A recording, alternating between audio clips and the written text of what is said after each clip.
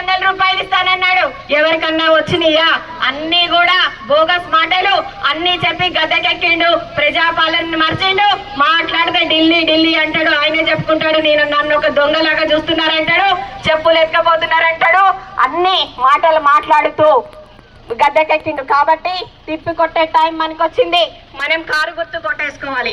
Car గుర్తు కొట్టేసుకున్నట్టయితే ఖచ్చితంగా ఈ యొక్క డివిజన్ లో 16వ డివిజన్ లో 7వ డివిజన్ లో గులాబీ జెండా ఎగరటం ఖాయం. ఇక్కడ అర్థమైపోతా ఉన్నది.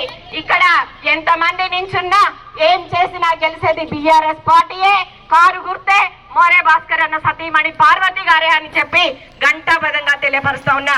ఇక్కడ మజీద్ అన్నే కావచ్చు, అక్బర్ గారే కావచ్చు, కోయాడు సీన్ అన్నే కావచ్చు, అదే విధంగా రాజేంద్ర అన్నే కావచ్చు, కనకరాజ్ అన్నే కావచ్చు, ఎవరైనా సరే ఏకమైందంటే ఎవరిది గెలుపు? ఇక్కడ బీఆర్ఎస్ పార్టీ కారు గుర్తుదే.